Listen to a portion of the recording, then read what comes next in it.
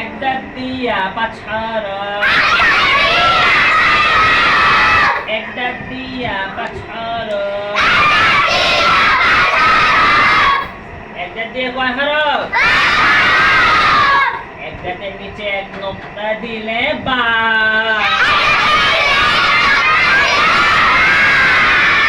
এক দাঁতের উপরে এক নোক্তা দিলে নুন,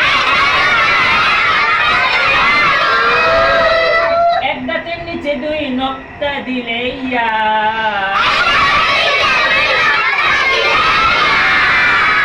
এক দাঁতের উপরে দুই নোক্তা দিলে তা,